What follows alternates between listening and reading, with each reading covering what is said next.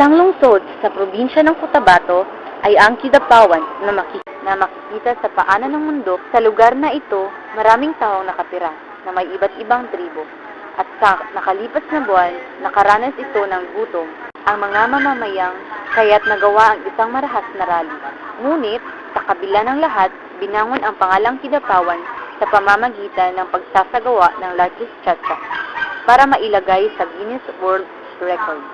Base sa aming natuklasan, sa lungsod na ito, may mga iilang tao na nakita namin na nagtutulak ng kariton at sa aming pagsisiyasat, sila yung mga taong kumakayod sa gabi upang may mapakain sa kani-kanilang pamilya. Kapag dapit hapon na, sila ay naghahanda para sa kanilang mga paninda. Ngunit, may iilang din sa mga vendor dito talagang nahihirapan dahil sa imbes na papesto na lang sila agad, kinakailangan pa nilang tumawid at itulak ang kariton na may laman na mga paninda at isa pa hindi lang mahirap para sa kanilang sitwasyon. Gayunpaman ay delikado rin para sa kanilang kaligtasan ang pagtawid.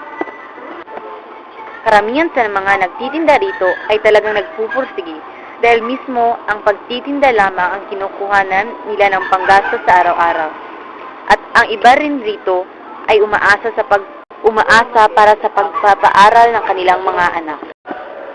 Kapag gabi na, ang mga empleyado na nagtatrabaho sa ahensya ng gobyerno o pribado man, naghahanda sa pag-uwi sa kani-kanilang mga pamamahay upang magkaroon ng oras sa kanilang pamilya. At ang iba rin ay namamasyal sa gabi kasama ang mga kaibigan.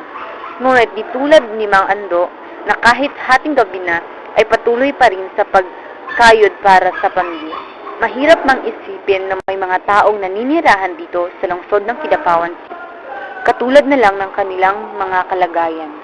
Sa kabila ng pagtutulak ng kanilang kariton sa araw-araw na paghahanda ng kanilang mga paninda, sa bawat pagod na nararanasan at kasabay sa pagpatak ng mga pawis, talagang nakikita naman ang pagpupursige nila.